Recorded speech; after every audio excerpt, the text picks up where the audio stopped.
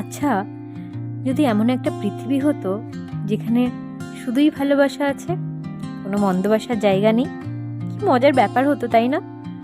আমরা অন্যের খুশিতে একই রকমভাবে খুশি হতে পারতাম, মজা করতে পারতাম।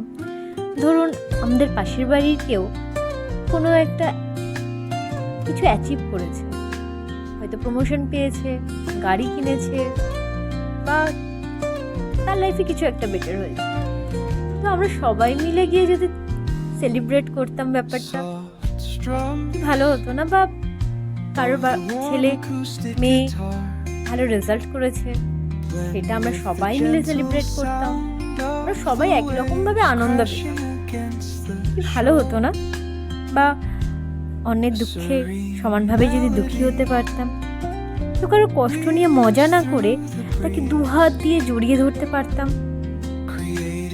আশেপাশে সবাই একটা পরিবার হয়ে থাকতাম।